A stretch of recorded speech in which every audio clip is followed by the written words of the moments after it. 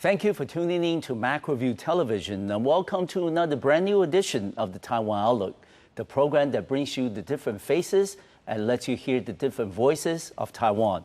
I'm your host, Ray Guo. As we all know, gourmet food has been regarded as an important part of Taiwan's soft power.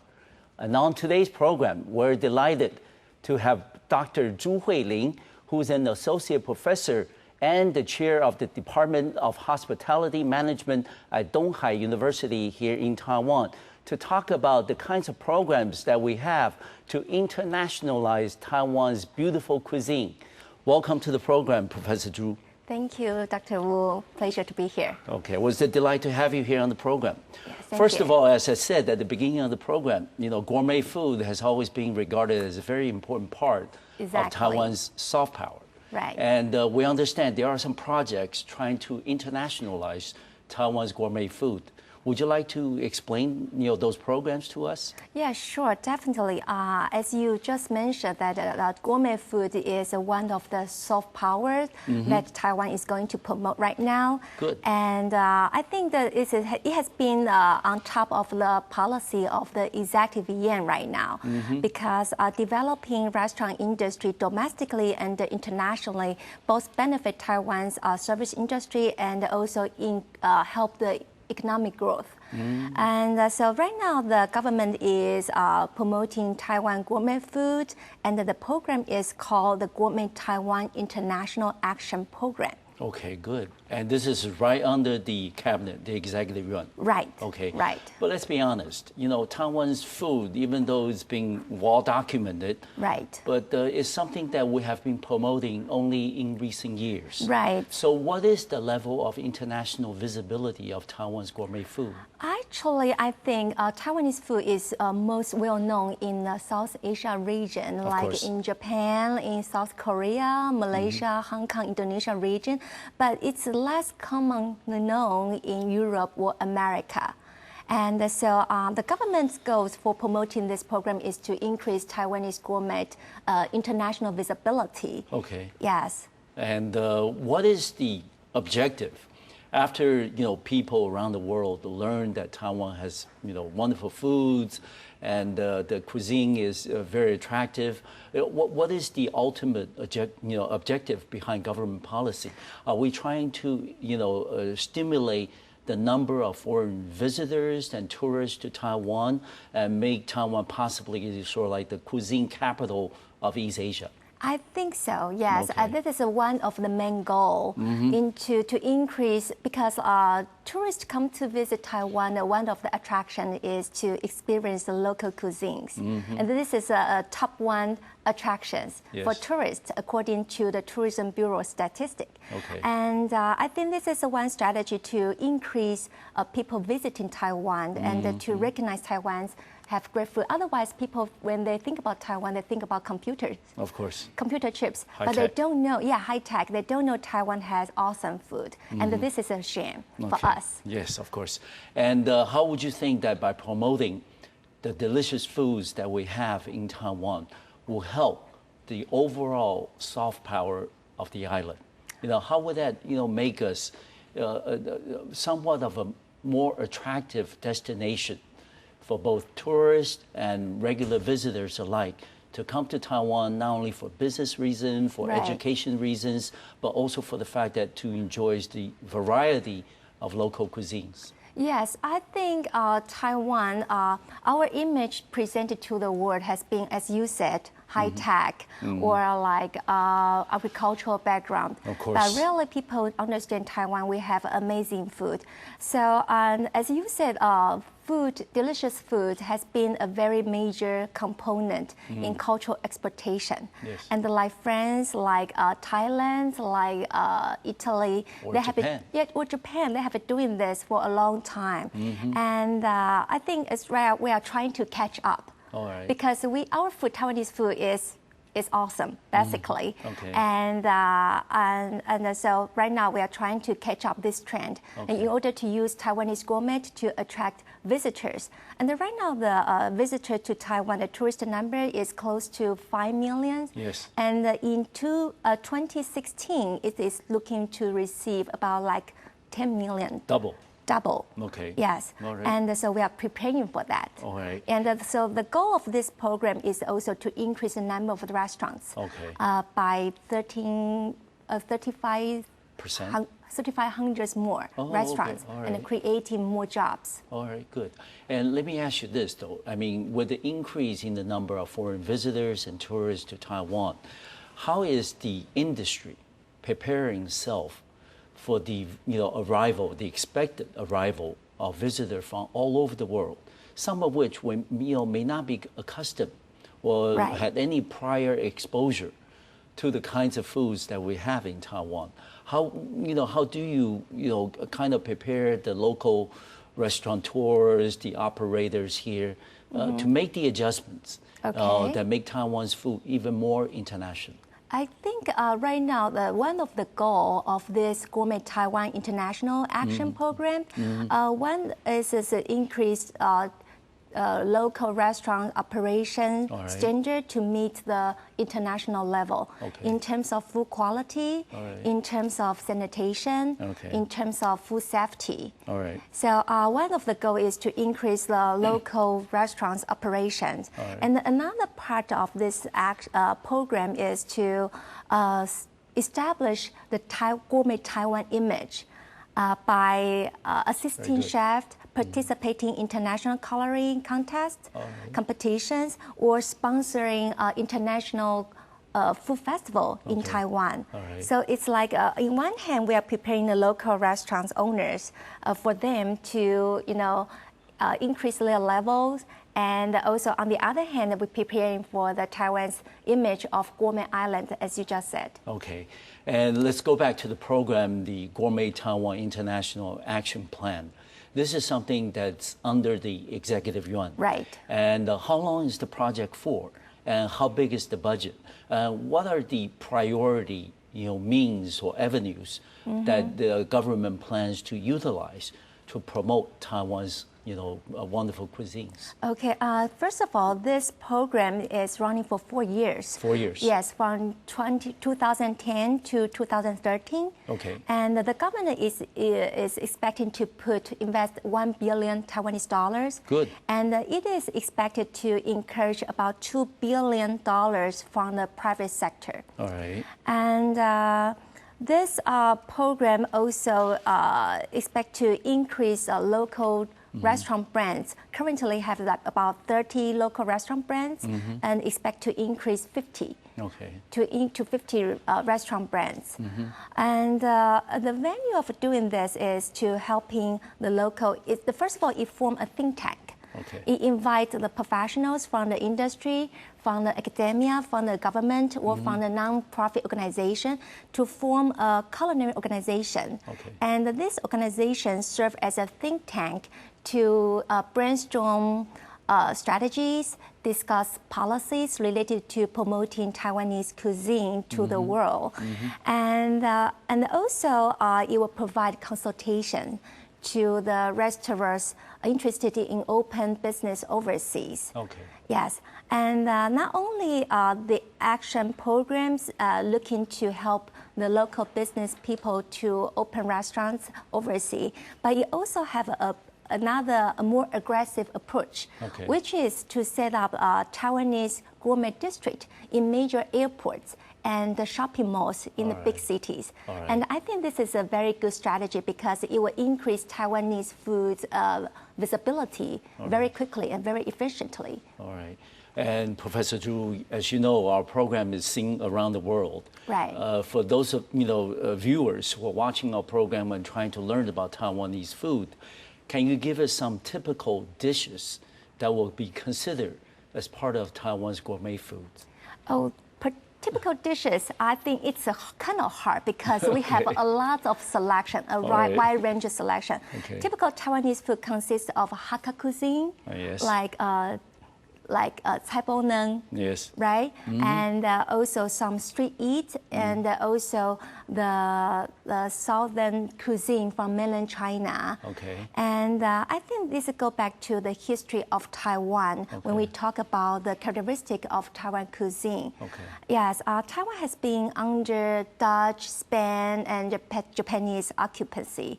And so during those colonial history, it kind of set the tone of Taiwanese flavor, tend to be light, tend to be fresh, light oil cooking technique.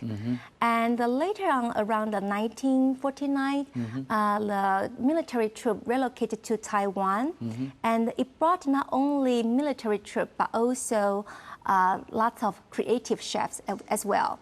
And they brought in like 8 major provincial cuisines from China to Taiwan, and this creates an opportunity for these 8 cuisines kind of infused in Taiwan. And this 8 cuisine when this 8 cuisine meet the traditional Taiwan's light, fresh cooking technique, it kind of create a new way of Chinese cuisine.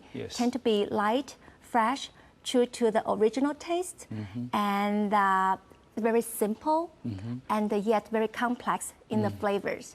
So I think these are the characteristics of Taiwanese cuisine. Okay. And in addition, Taiwan has a very advanced agricultural background. We have a good fishing industry, farming industries. Of course. So we have a very ample, fresh, high-quality ingredients. So high-quality ingredients plus creative chefs, and plus the infused Chinese style of cooking, and the very light, So we have a fresh, unique brand of Taiwan Gourmet. yes, very unique, very interesting, and delicious. Okay. Yes. Finally, for the the final question of this part. Sure. What is your favorite? Oh, my favorite! It's so hard to pick just one. Okay, but anyway, I mean, just let us share some of your favorite dishes. Oh, my favorite is typically oyster omelette. Okay. Yes, right. this has been one of my favorite, and it's very simple. The street food is very simple, and yet it's full of flavors. And besides, Taiwan is surrounded by ocean, so the emphasis on the freshness of seafood is one of the characteristics of Taiwanese one cuisine. of our strengths. Yeah, also. so like in Taiwanese we call it very fresh, 雄清. Yes. Yes, it means very fresh, in the taste. Yes. We're going to take a first break on our program today, and when we come back, we will continue our conversation with Professor Zhu Hei-Lin, who's the chair of the Department of Hospitality Management at Donghai University. And we're going to ask her a little bit more about this project to try to internationalize Taiwan's cuisine. I'll see you in just a few minutes.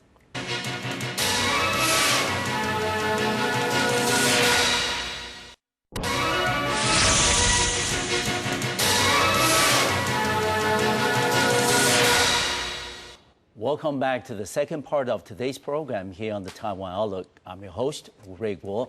We will continue our conversation with Professor Zhu Hei-Lin, who is the chair of the Department of Hospitality Management at the Donghai University here in Taiwan. Professor Zhu, we're going to go back to this international, Gourmet, Taiwan International Action Plan, which is under the executive yuan. Right. And what are some of the marketing strategies that we're going to be using under the program to try to promote Taiwan's cuisines? The marketing strategies are right now the government, particularly Tourism Bureau, they have promotions in the travel shows, tourism shows overseas. But in addition to that, they are trying to learn from the Korean experience, utilize the media, the newspaper particularly. Korea is promoting their cuisine since like 5 years ago, and so around like the 2009, it started to have a lot of advertisement to advertise Korean cuisines in like New York Times or Washington Post. Oh, yes. Yeah, I saw one. They run a full-page newspaper advertisement just Okay. to promote bibimbap. Okay, yes. Yeah. That's a very well-known Korean dish. Right, food. right. Yes. They just promote one single item, bibimbap. And so I think this is also the marketing strategy we are learning from the Korean experience as well. All right. Another country maybe we can pick up a few pointer or two Right. is Thailand. Right. I mean, you and I both studied in the States before, that we understand Thai food in the States is very popular. Right. And then is there something that we can learn from what Thailand government did in terms of promoting their unique brand of gourmet food? I think both Thailand and Korean, their experience is that they started promoting their cuisines by picking up just one single item. Okay. Yes, like Korean, they pick up just one bibimbap item. Yes, I think this is also the obstacle for us when promoting Taiwanese food because Okay. we have a wide selection. Okay. Yeah, just so hard to pick just one, All right, right? yeah. And so when in the old days when we promote Taiwanese cuisine, like we have kind of like a full page of menus. Yes. Too many things, but because we have too many things, it kind of distract people's attention. Of course. And so when you think about Japanese cuisine, we think about sushi. Yes. They have one signature item, right? And we think about Korean, we think about kimchi typically, Yes. or a Thai food. We think about, what would you think about? Shrimp cake. Yeah, or pad thai. Okay, pad thai. Right? Okay, yes. Pad thai or burger for America. So, but when we think about Taiwanese food, what do you think? Lo baben. Yes. Yes, we should learn from their experience. Choose just one item Okay. and design the menu or formulate the concept of Taiwanese cuisine. Choose just one single item, perhaps lo baben, or perhaps beef noodles, Yes. perhaps oyster omelette, pancakes. Yeah, pick just one item and just focusing our attention, media attention on Okay. one item. All right. And I think they will kind of attract people's attention Okay. to just one single item. And then slowly we can elaborate into other dishes. Okay. Like lo ba beng or cao mi fen Yes. or other dishes. But in order to course. promote, we couldn't just kind of throw a whole bunch of things. No. Yeah, we have to Focus on one or two. stay focused on one signature item, Okay. and also give the item a very cool name, Okay. right? All right. And so like beef noodle, 牛肉面. And so we translate directly to English. But just when you think about like sushi isn't English. No. Yeah, it's a Japanese name, right? course. Or bibimbap, it's a Korean name. And I think using a foreign name in promoting our cuisine, it will increase people's Acceptance, interest. yes. Interest. They will be very curious about to figure out what is it. And then they maybe will, drawn to sample it, to test it. And if the name is right, it sounds very cool. Yes. Of course. So I think stick to one single item and give it a very cool name, and the following will create a kind of sensation Yes. of Taiwanese food. Yeah, those are very good suggestions for our marketing strategy. And for people who are watching our program, we all know that Korean government has been always very aggressive in whatever they decide to pursue. Exactly. Whether it's sports, whether it's food, whether it's tourism, or whatever. And according to the the data that I have in front of me, that they have a program to try to promote Korean food to become one of the top 5 Right. by the year of 2017. And this is in direct competition with Taiwan. And then, Professor Chu, what are our strengths, in terms of competing with such a strong campaign out of Korea to promote the Korean foods? I think our strength lays in a very diverse food gourmet. All Very right. diverse food experience, because Korean dishes, in terms of its flavor, it tends to stick to very similar taste. But Taiwan, we offer a variety of selections from the banquet style to the street eat, and from the very expensive high-end gourmet to the daily local eat, like $2, $2 you can satisfy your stomach. I think our strength lays in we have a big selection, but we have to promote our food starting from one single item and gradually develop the menu around it. And particularly, let me go back to our marketing campaign a little bit. I think we stayed in one single item, and we have also need to think about to promote this item in terms of the timing, in terms of like, is this for the lunch menu or is this for the dinner menu? And as I mentioned, the Korean government, they put a bibimbap advertisement in New York Times. And I think that is a good strategy because the title, you only see a big ball of bibimbap. And the line shows, how about have bibimbap for lunch today? One single item, and it target at lunch market. And why I said that it's a smart strategy because lunch is relatively less expensive than dinner. Right. And so because it's less expensive, so people are more willing to try new things. Of course. Yes. So once people try it, perhaps they will get to know the food better, and maybe they will falling in love with the food. So one single item and the target at the lunch customers. And I think this is a very good combination. Right, right. And slowly maybe we can educate the their taste buds. And they will slowly developing their taste in appreciating Taiwanese food. And Professor Chu, one thing that we also mentioned earlier, as you said, that Taiwan's competitive edge is in the area of providing food that is fresh, that is sanitary, and then that's healthy. And I think it's also important, with the worldwide, heightened awareness of eating, more healthy food, less greasy, less, fat. And certainly control the level of cholesterol. Yes. So all these, should that be included in our campaign to promote Taiwan's international food? Definitely. One of another thing, our strength to promote Taiwanese food, as I know, probably you noticed that already, Korean government claim kimchi is a very healthy food, right? But compared to kimchi, actually we have lots of vegetarian restaurants in Taiwan. Probably, I think Taiwan is the place has the higher density of vegetarian restaurants.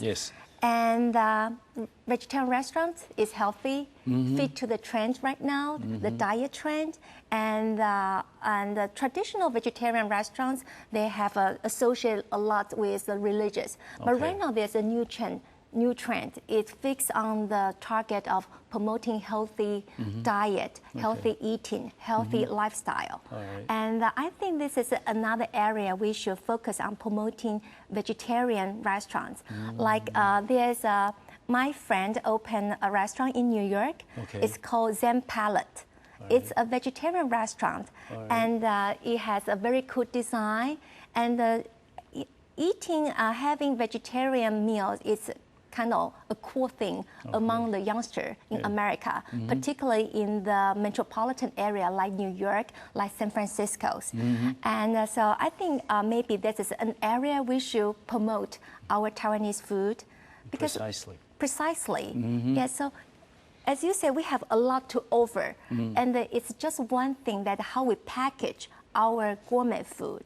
Package them, marketing it right, and then I think we are very compatible compared to Korean food. Of course. Another thing is Taiwanese food, generally speaking, a little cheaper, less expensive than others. For example, Thai food and Korean food cost a little more than Taiwanese food. Would that also be part of the strategy? I think so. And then what you said, what Korean was doing with bibimbap, looking at the lunch customers and make sure that they get their attention. Today is the day for Bing Bing Bong. Well, hopefully, today in the future. is the day for 卤肉饭. That's right. Okay. We're going to take another break on the program, and when we'll come back, we will continue this very interesting conversation with Professor Zhu Hei-Lin from the Tunghai University's Department of Hospitality Management. I'll see you in just a few minutes.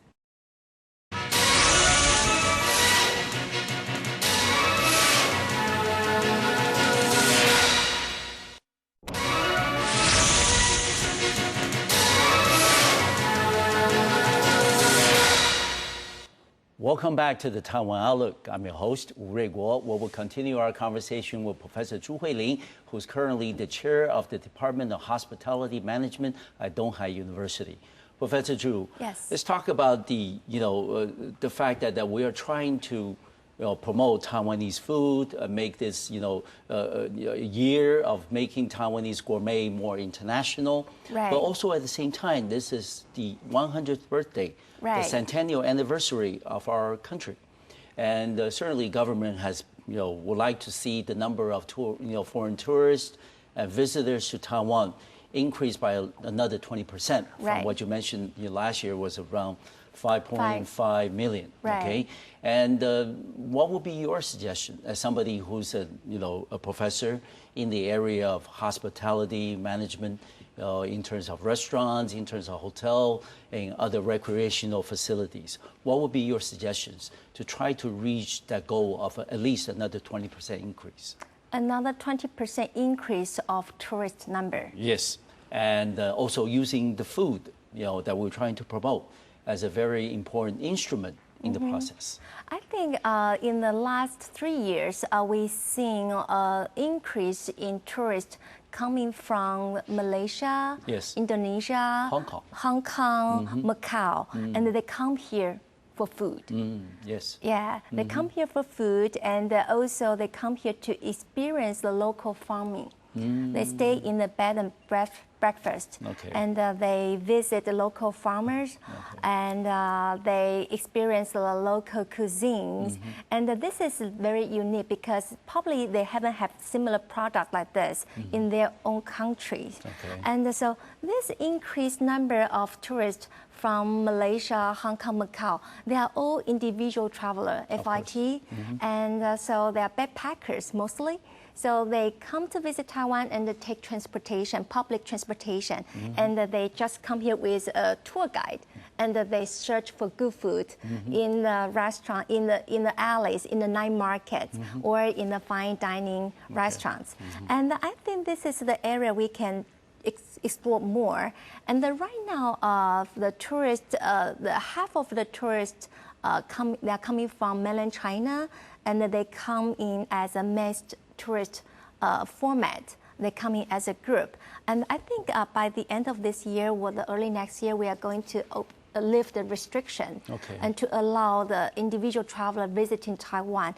And I think they will repeat the same travel pattern because it's even easier for them to travel alone because they don't have much of language barriers. Yes. And they read the Chinese, the sign. And I think they have a more freedom to travel along and that they can find the local good food. So this is one strategy right now, probably to increase the number of tourists we can use, focusing on the mainland China market and also Southeast Asia market. And I think. Okay.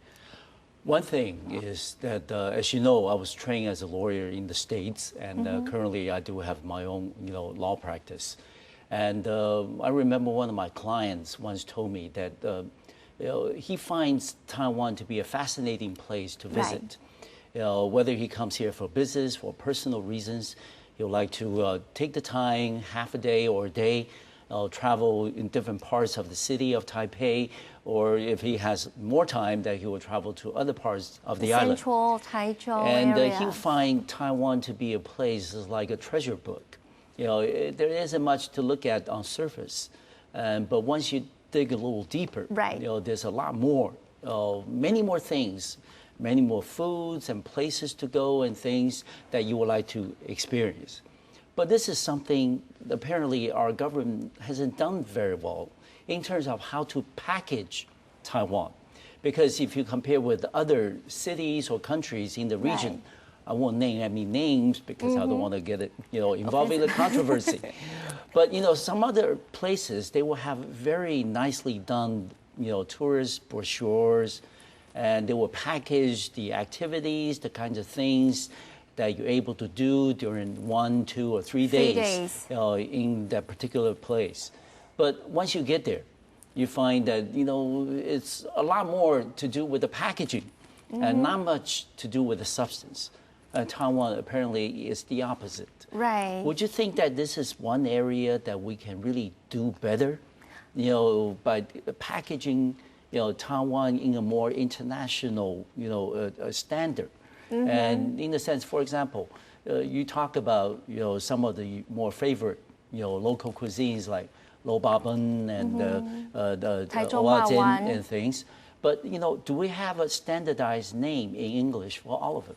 Actually, no. No, we don't. Yeah, we don't have a name like Bing Bing Bon that's attractive, acceptable to others. Right. Easier for people to pronounce. To pronounce and easier to remember. So I think this is one thing that our government, particularly for this Gourmet Taiwan International Program, this is the area that we can really work on to create names. Perhaps the government can launch like a kind of design a name for the Taiwanese cuisine competitions and utilize the youngsters, their imagination, creativity to think about the cool name for Taiwanese cuisine. And then after we have a standardized name, easy to remember, easy to pronounce, and also can reflect the cultural content of the cuisine, then we can package those cuisines as well. And in terms of the standardized process in preparing food or in serving to serve food, and also we can kind of patch them together, cluster those street foods and in the major shopping malls in Taiwan or in the train station or high-speed railway station. And as you mentioned, like earlier, you said that in other countries, they package all those destinations or their food into one package, right? And I think the Taiwan High-Speed Railway Company, they are doing this right now. Good. Along the line of high-speed railway, they package, like in the central Taichung area, they have the kind of package where you can go to eat, where to have the experience of good food and the local destinations. And they kind of form several different packages for tourists that they can choose from. Yes. So I think this is because of the high-speed railway, so we can do more. Otherwise, before, in the past, before the high-speed railway, because we don't have a very convenient public transportation, so when tourists, they come to Taiwan, so it's kind of hard for them to travel around. But right now, it's a lot more convenient. Yeah, it's a lot more. Yeah. I'm sure that Professor Chu, as the chair of the Hospitality Management Department, you must have a lot of foreign visitors, academics or business people that are visiting your university. What would be some of the local dishes that you would recommend? Actually, I always take them to try zhu jiao. Yes, stewed pork knuckles. Yes, and Taichung has very famous 阿水式猪脚. And as just like last month, we invite several chefs, a very well-known chef internationally, to visit Taiwan because we have a seminar with them. And we took them to sample the stewed pork knuckles, and they are crazy for that. They love it. And I think this is one thing. Yes, just stick to one single item to formulate the Taiwanese cuisine concept around one single item. But some of the materials that we use in the cooking of Taiwanese food may be a little foreign, to visitors. Ingredients. Yes, and there may be a stigma, for them to try the taste. For example, 猪血糕, it is one thing that a lot of people will have an apprehension of eating them. And how do we overcome? That is such a apprehension. Actually, because eating this behavior itself impose some risk to our body. Okay, yes. And there's a saying in Chinese, right? I mean, things that taste good are generally poisonous to your body. Exactly. So when we selecting those dishes, when we want to entertain our foreign friends, we have to be more culturally sensitive. Of course. Yes, so probably we want to pick the items, it's more common ingredients like beef, pork, and also we want to avoid something kind of like internal organs. Like most Westerners, they don't like to eat the internal organs and the pig blood. Don't even mention about that, because when they think about the name, they formulate a very horrible image in their mind. And so this kind of stops them from trying our food. And this really reflects that not every tourist, they love to try new food, particularly unusual ingredients, unfamiliar food. So when we select those dishes to recommend our friends to try, we have to be kind of self-select in advance and to choose the dishes that suit for our guests and then gradually, slowly introduce them to some more exotic ingredients, like perhaps like chicken feet. Okay, good. We're going to take a final break on our program today, and when we come back, we will continue this very fascinating conversation with Professor Zhu Hei-Lin, who is currently the chair of the Department of Hospitality Management at Donghai University. I'll see you in just a few minutes. Right, thank you.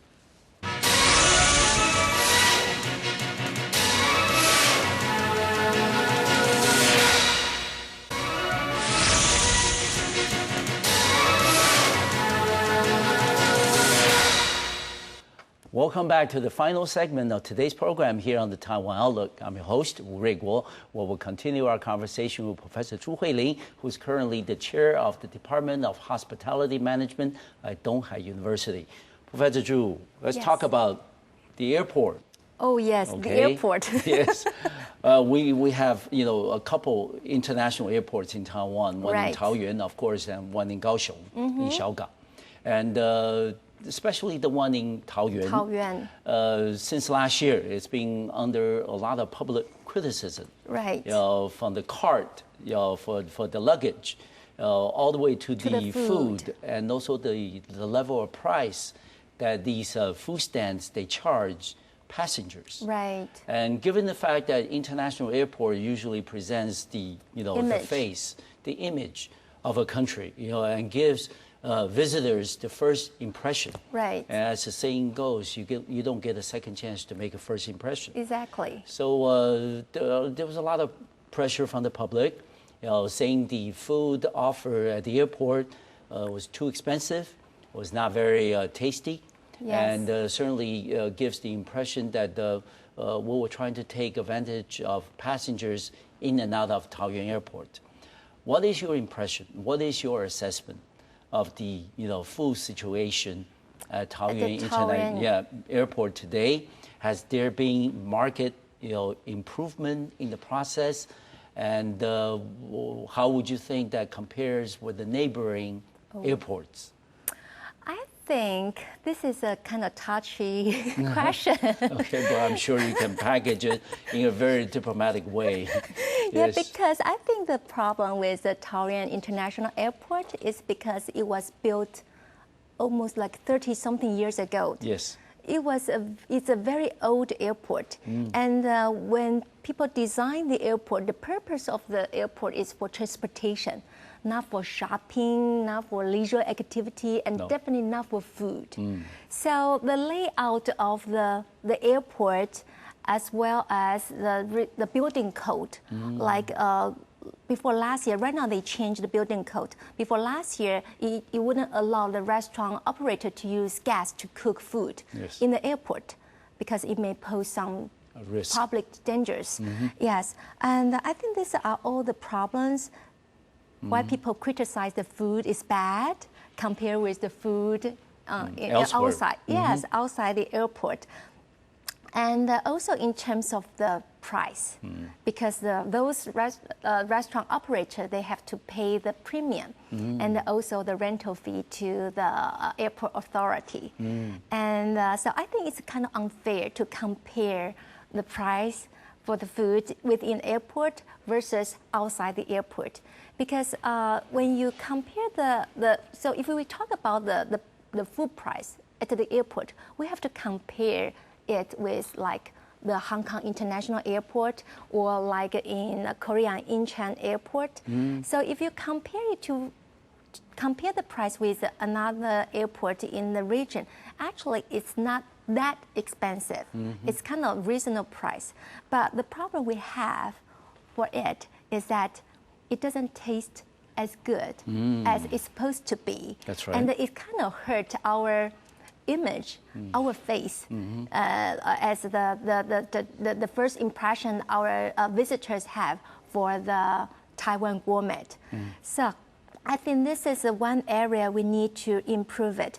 But compared to the Kaohsiung Shaogang Airport, because it's a relatively new building, of course, so the food there is better. It's a little better. Yeah, it's a little bit better than the Taoyuan International Airport. Okay. And I think the government is talking about to build another terminal. Yes. And I think probably after the new terminal, with the new design, with the new layout, I think it should be better in the future. Yes. Well, I think to be fair, there are many areas that our international airport at Taoyuan can be improved, no doubt. But the fact is, I do quite a bit of, traveling myself. But I've been to other, international airports, not only in Asia, but in America and Europe. Yes. I also find, some of their foods that offer at the airports, are very expensive. They're also not very tasty. So the fact of the matter remains, this is not a problem uniquely for Taoyuan. For Taoyuan. Certainly, as a Taiwanese, we would like to see the services and the quality of food that we offer at Taoyuan Airport can be improved in the future. But I'm sure that this is one area the government is already paying attention. Hopefully, we can see some progress in the coming months. Yeah, sure, definitely. We really want to see a brand new airport with very modern facilities, with very nice shopping cart. Okay, and Professor Zhu, as we also know that Taipei is trying to join the UNESCO, the Creative City Network for gastronomy. Right. And this is something, of course, hopefully it doesn't carry any political sensitivity. But this is, part of the government's effort to try to internationalize and promote Taiwan's, cuisine. And how would you think this effort is coming along at this point? What are some of the major problems that we're encountering?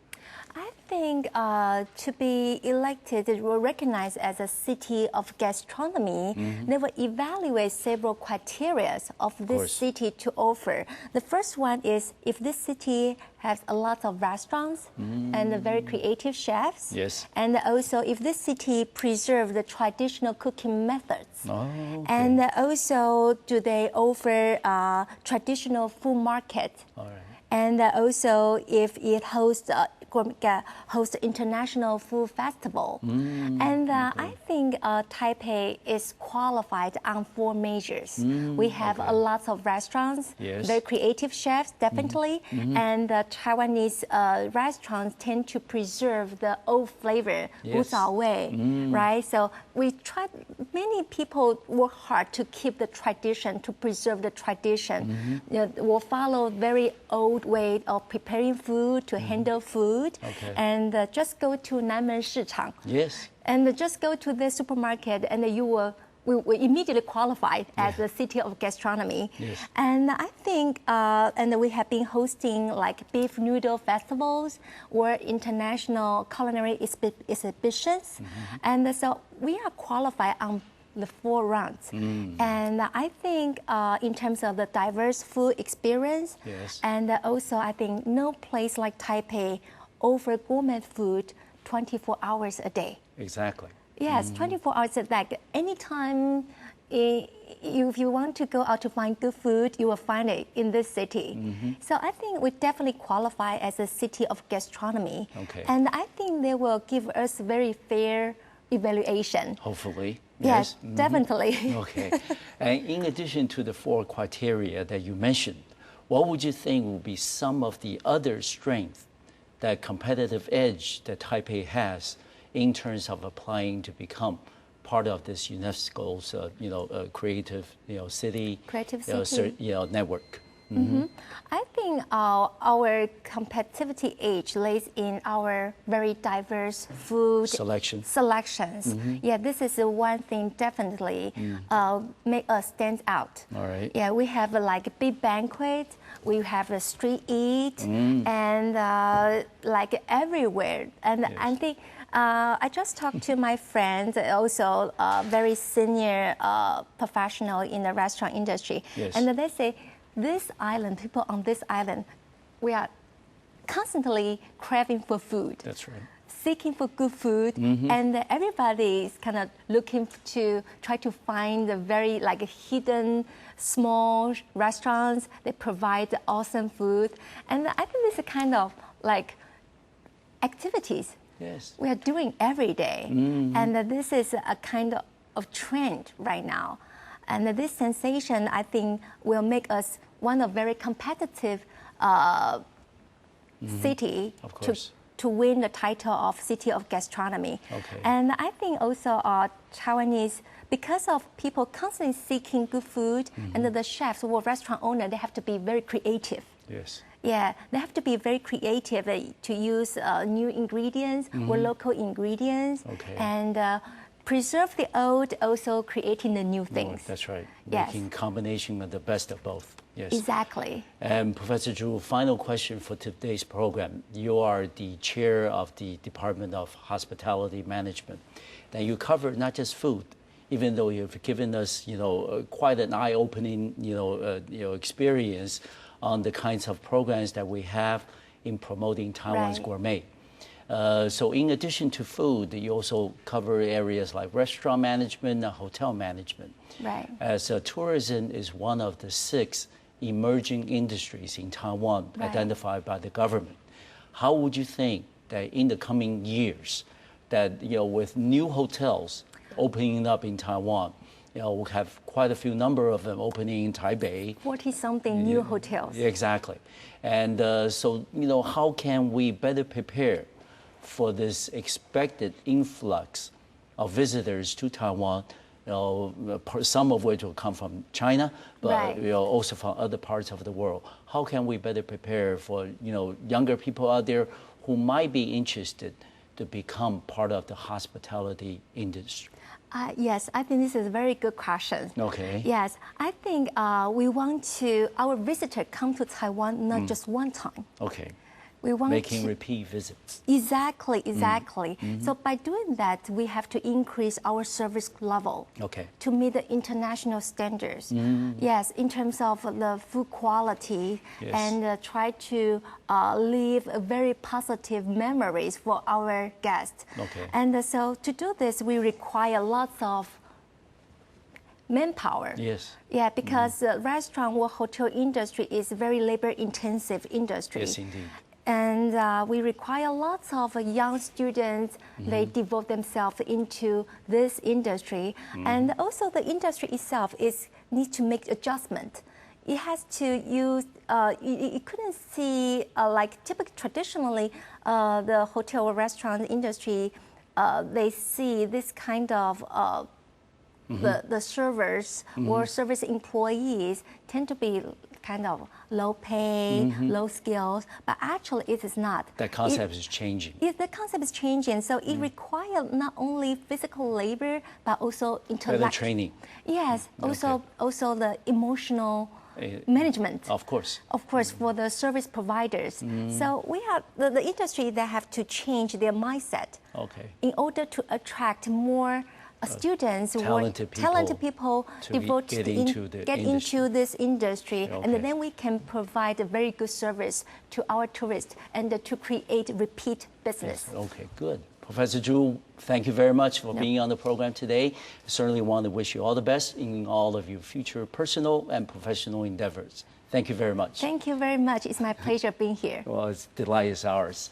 Thank you for watching our program today. I'll see you next time on Macroview Television. Thank you.